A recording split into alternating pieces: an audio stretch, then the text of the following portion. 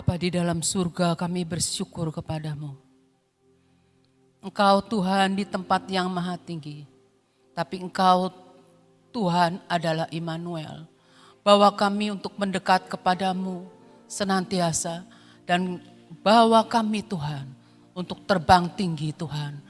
Kami membutuhkan Engkau Tuhan, kami membutuhkan kekuatan yang daripadamu, kami membutuhkan perlindungan yang daripadamu, karena Engkau Tuhan yang telah menang. Kami menyadari Tuhan, kemenangan-Mu itu Tuhan yang membuat kami menang dalam setiap langkah kami apabila kami tidak menjauh dari kasih karunia-Mu. Terima kasih, kami mengucap syukur dalam nama Tuhan Yesus Kristus. Amin. Shalom saudara-saudara. Kita akan lihat dari Wahyu 2 ayat 4 sampai 5, di mana ini adalah teguran Tuhan untuk jemaat di Efesus.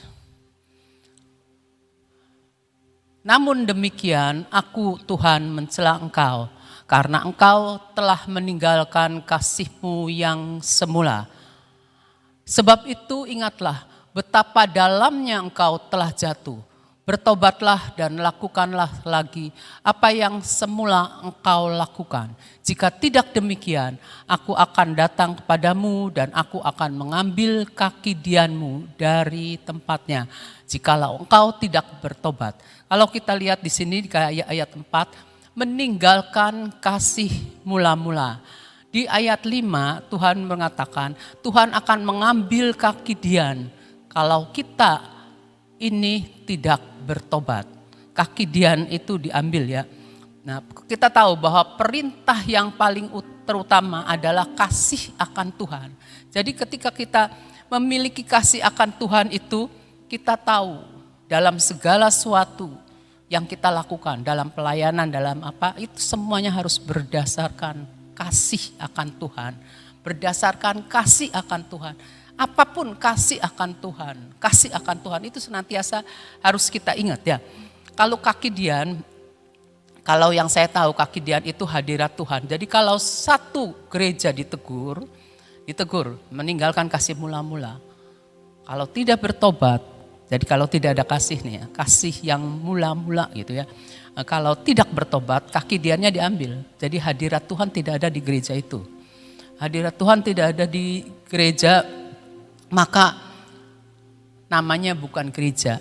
Namanya gereja itu ada hadirat Tuhan. Kalau kita gereja, kita kan adalah gereja, G huruf besar ya. Kita juga adalah gereja.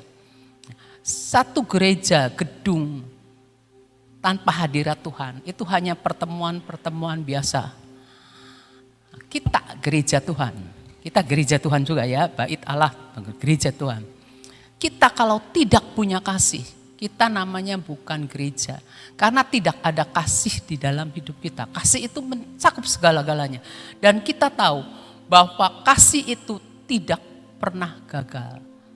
Jadi kalau kita memiliki kasih, kita selalu ingat, dalam hal kita jatuh atau apapun kita selalu ingat kita tetap mengasihi Tuhan. Itu kasih itu tidak akan gagal. Kita akan terus menerus berjalan. Ingat berapa kali orang benar, 7 kali orang benar jatuh, bangkit kembali ya.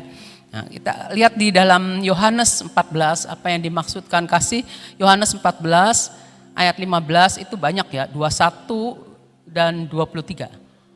Yohanes 14 ayat 15 berkata begini, jikalau kamu mengasihi aku, kamu akan menuruti segala perintahku. Ayat 21 dikatakan, barang siapa memegang perintahku, melakukannya, dialah yang mengasihi aku. Dan barang siapa mengasihi aku, ia akan dikasihi oleh Bapakku, dan aku pun akan mengasihi dia, dan akan menyatakan diriku kepadanya jika kita mengasihi Tuhan. Terus 21, barang siapa 23. Tetapi jawab Yesus, jika seorang mengasihi aku, ia akan menuruti firmanku dan Bapakku akan mengasihi dia dan kami akan datang kepadanya dan diam bersama-sama dengan dia. Jadi menuruti segala perintah, memegang perintah, menuruti firman-Nya itu adalah kasih. Kita harus menyadari apakah kita ini masih memiliki kasih karena kasih akan Tuhan.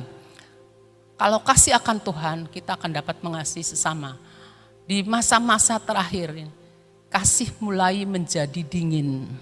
Coba dicek, dunia kasihnya mulai menjadi dingin, tawar. Itu ada gejolak seperti itu. Orang enggak peduli dengan orang lain.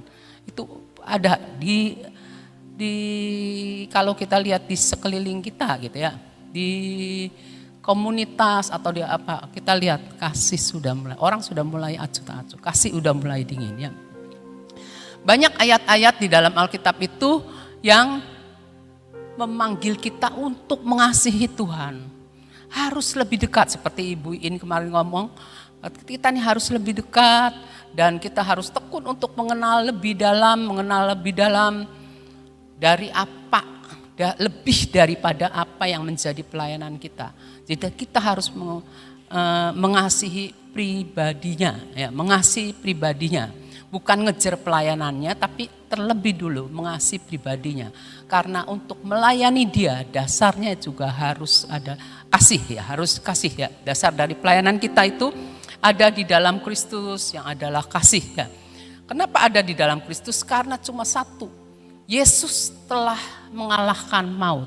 Dia itu, jadi kita ini beranjaknya dari kemenangan Yesus ya.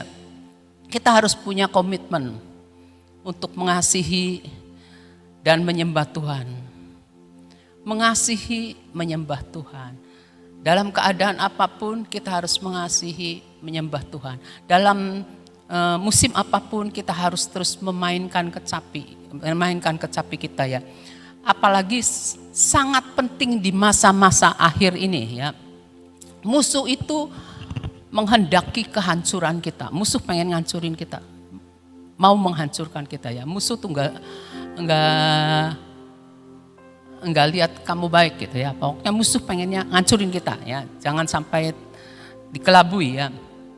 Kita tahu musuh kita di dalam Yehezkiel 28, saya enggak usah buka. Nanti saudara buka kebet-kebet ya. Musuh kita ini jauh lebih berhikmat. Musuh kita ya, jauh lebih berhikmat. Malah dikatakan di Yehezkiel itu gambar dari kesempurnaan, penuh hikmat dan maha indah. Musuh itu lebih kuat, lebih berpengalaman daripada kita. Kita lansia.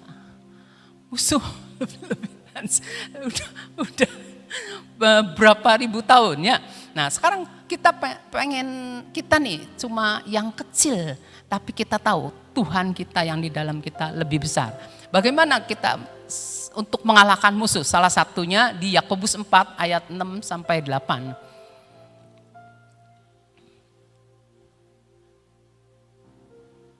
Tetapi kasih karunia yang dianugerahkannya kepada kita. Ingat ya, kasih karunia datang dari Tuhan Yesus. Dianugerahkan kepada kita.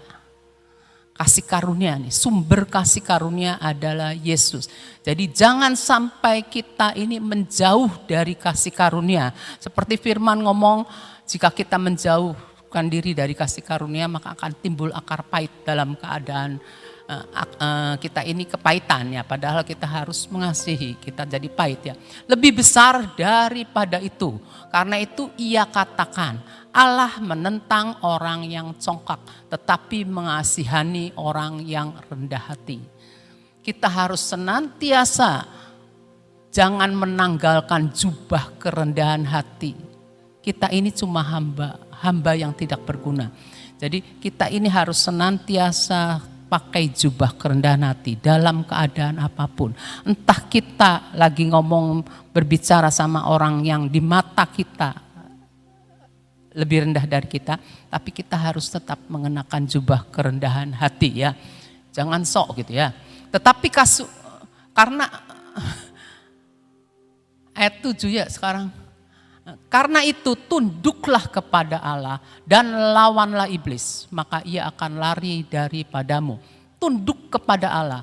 Jadi kalau kita tunduk kepada Allah, kita harus menyerahkan hidup kita ini untuk tunduk, ya Tuhan, aku mau lakukan. Nah, terus lakukan apa yang Tuhan mau. Tunduklah kepada Allah, lawanlah iblis. Kalau kita mau lawan iblis, kita harus mau tunduk kepada Allah. Kalau kita punya sifat pemberontak, enggak nurutan gitu ya, kita biasanya tidak mau tunduk kepada Allah, ya ngomongnya. Tapi kita harus tahu, Allah tidak kelihatan. Tapi Tuhan menaruhkan pemerintahan di atas kita.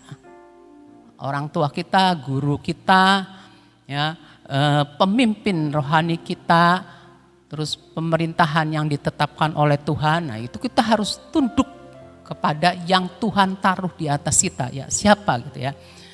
Ya saya lupa, suami kita gitu ya.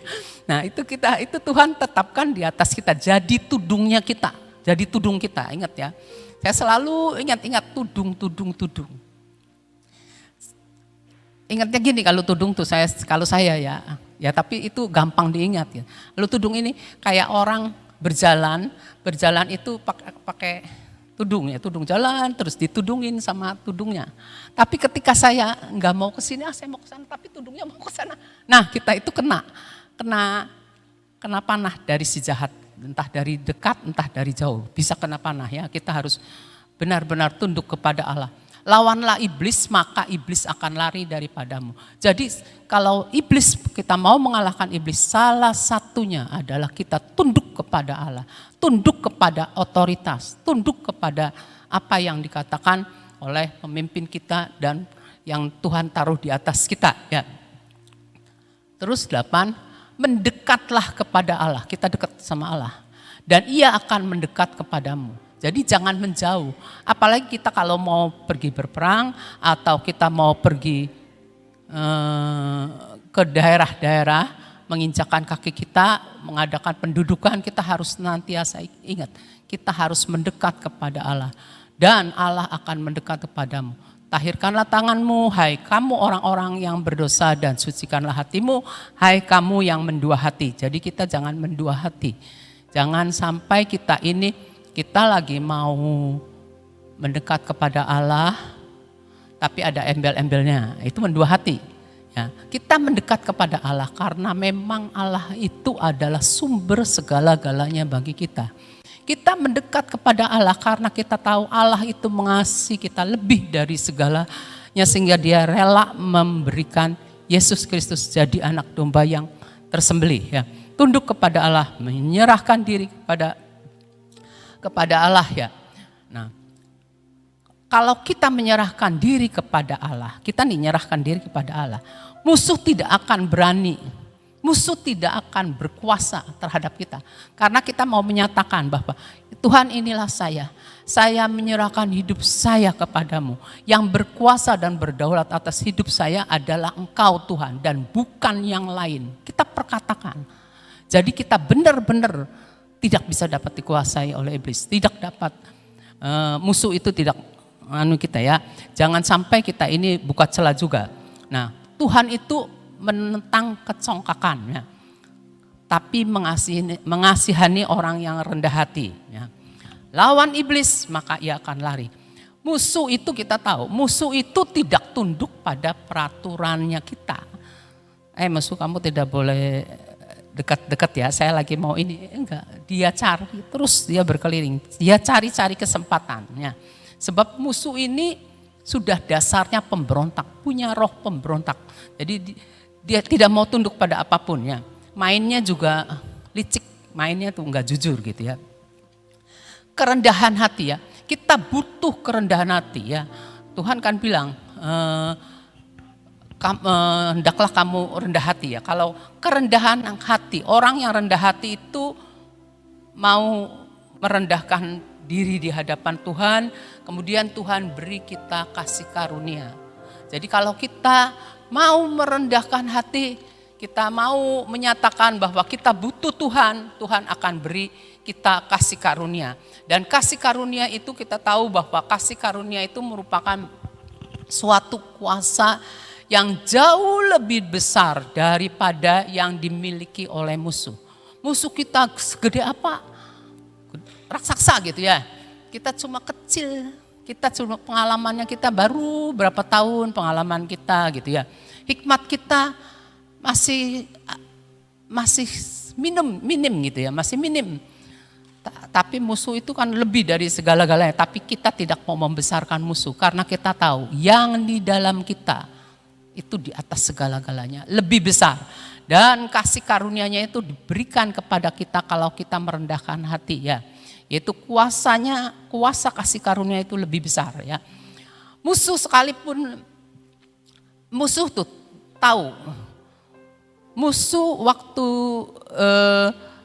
jatuh itu karena sombong, ia meninggikan diri, ya, meninggikan diri sombong.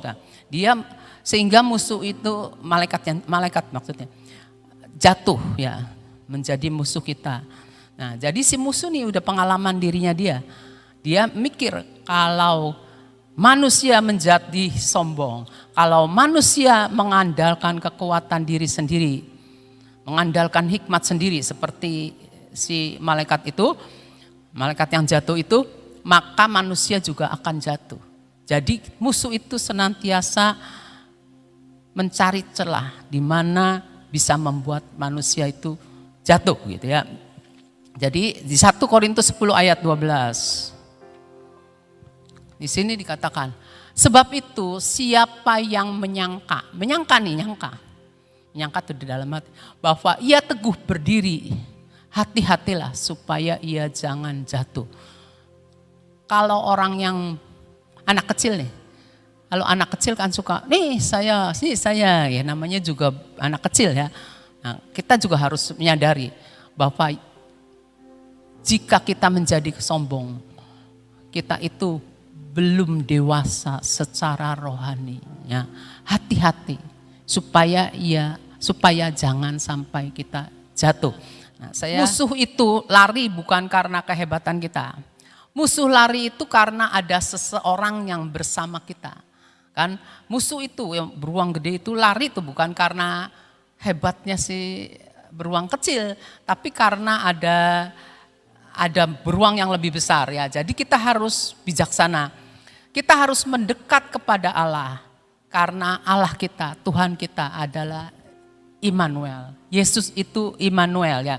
Jadi kita harus mengenali otoritas yang kita miliki itu ada di dalam Kristus. Ada di dalam Kristus, bukan di dalam diri kita. Seperti murid-murid Yesus yang dikasih kuasa untuk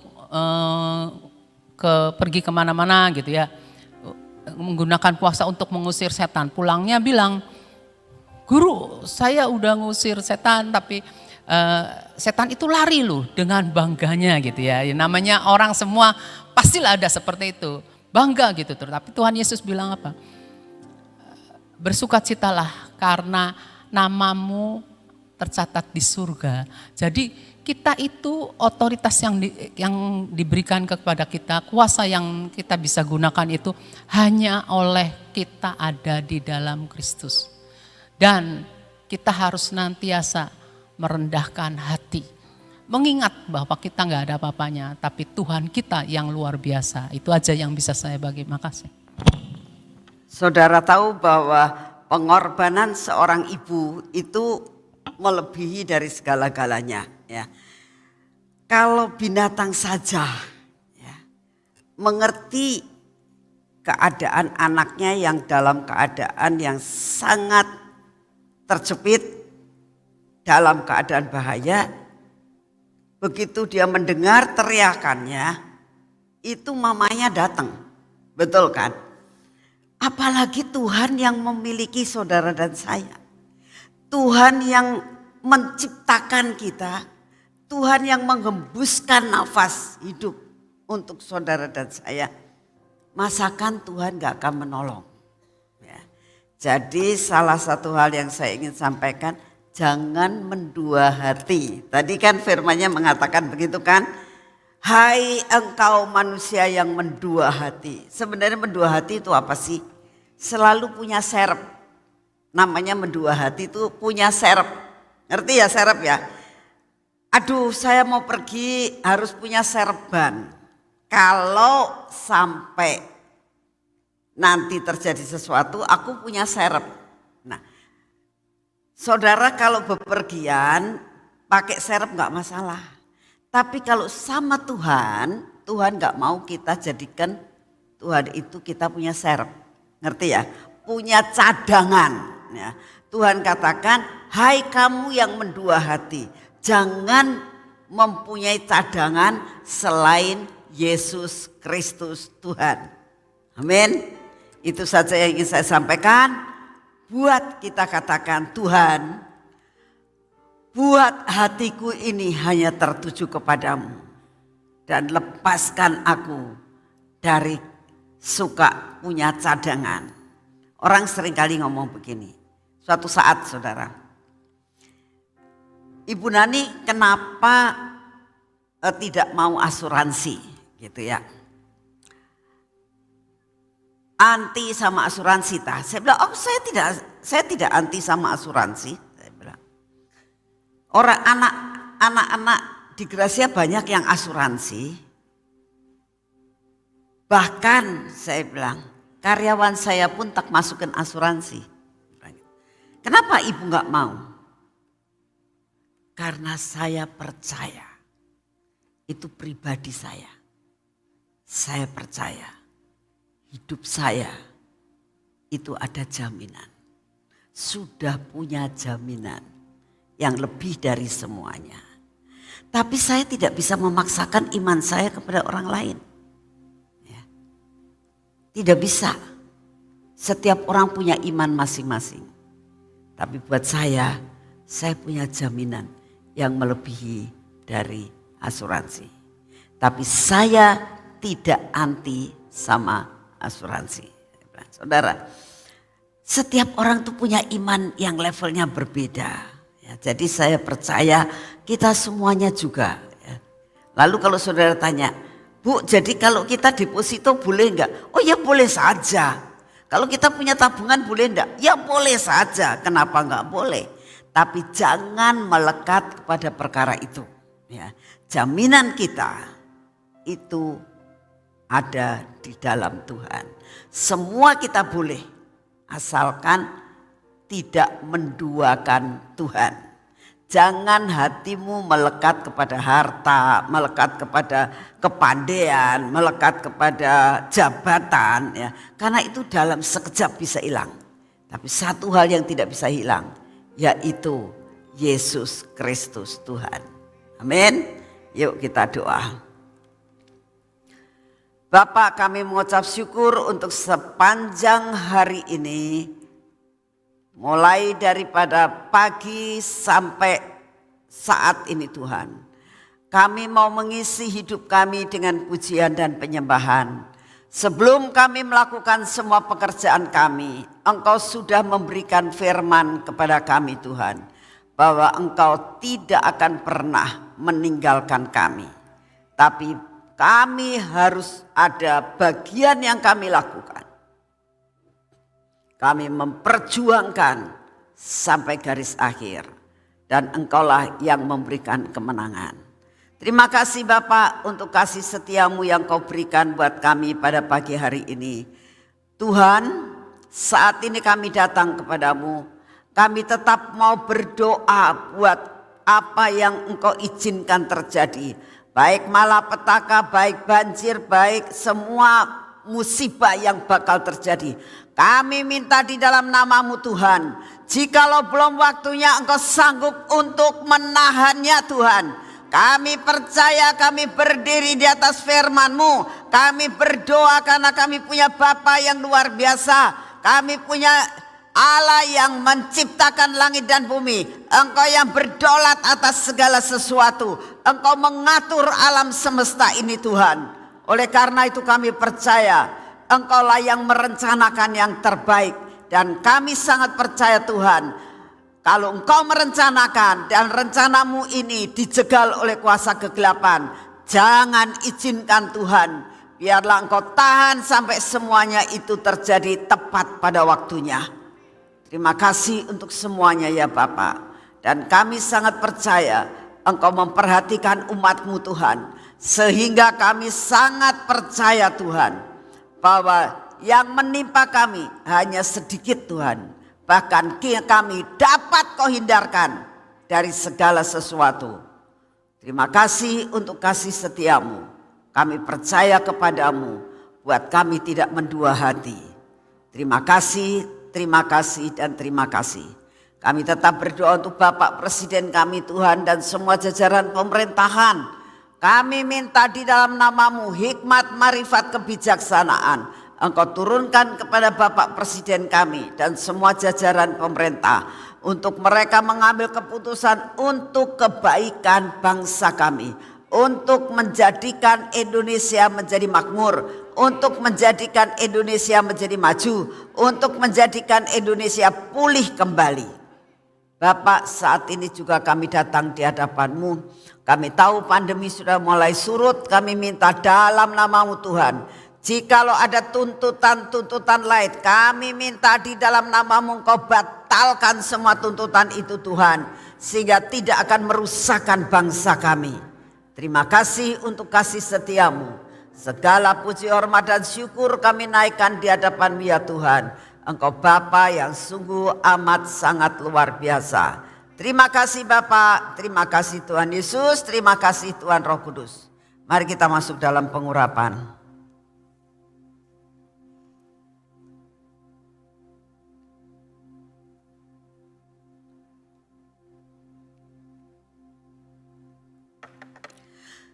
Dalam nama Tuhan Yesus, seluruh pengurapan yang berasal daripada-Mu turun atas hidup kami. Kami tahu Tuhan dalam perjalanan hidup kami, Engkau beserta dengan kami. Buat mata kami ini diulesi minyak. Telinga kami juga Tuhan dan bibir mulut kami. Sehingga benar-benar Tuhan kami katakan dengan iman kami. Seluruh kehidupan kami ada dalam perlindungan yang daripada-Mu. Jaga hati kami untuk tidak mendua hati ya Tuhan. Dan semua ketegar-tegukan kami, kebodohan kami patahkan di dalam nama Tuhan Yesus. Kau berkati tangan kami supaya hari ini kami mengerjakan segala sesuatu. Dan apa yang kami kerjakan semua menjadi berhasil karena kami bersama dengan Engkau. Biar kaki kami berjalan dalam jalan-Mu ya Tuhan. Supaya kaki kami ini Tuhan dirantai sampai kaki kami berjalan pas seperti Engkau berjalan. Sederap dan selangkah dengan Engkau. Sepakat dengan Engkau Tuhan. Terima kasih untuk semuanya. Dalam nama Tuhan Yesus Kristus. Amin. Selamat pagi, Tuhan memberkati saudara semuanya.